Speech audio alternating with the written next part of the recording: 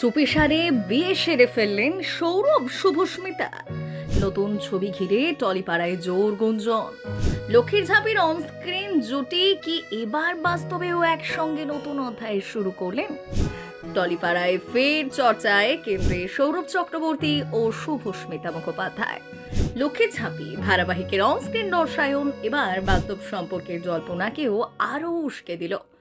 সম্প্রতি শুভস্মিতার শেয়ার করা কয়েকটি ছবিতে দুজনকে দেখা যায় একেবারে ঘরোয়া সাজে, আর সেই ছবি ঘিরে শুরু হয়েছে বিয়ে বা আশীর্বাদ পর্বের গুঞ্জন। যদিও কেউই সরাসরি সম্পর্কের কথা স্বীকার করেননি। সৌরভ জানিয়েছেন বাড়িতে শুধুই একটি ছোট পুজো ছিল। অন্যদিকে শুভস্মিতা জানিয়েছেন তারা পরিকল্পনা করে কিচ্ছু করেন না, স্বাভাবিকভাবেই ছবি ও রিল শেয়ার করেন। তবে তাদের অনস্ক্রিন রসায়ন যে দর্শকদের মন জিতেছে তা আর বলার অপেক্ষা রাখে না।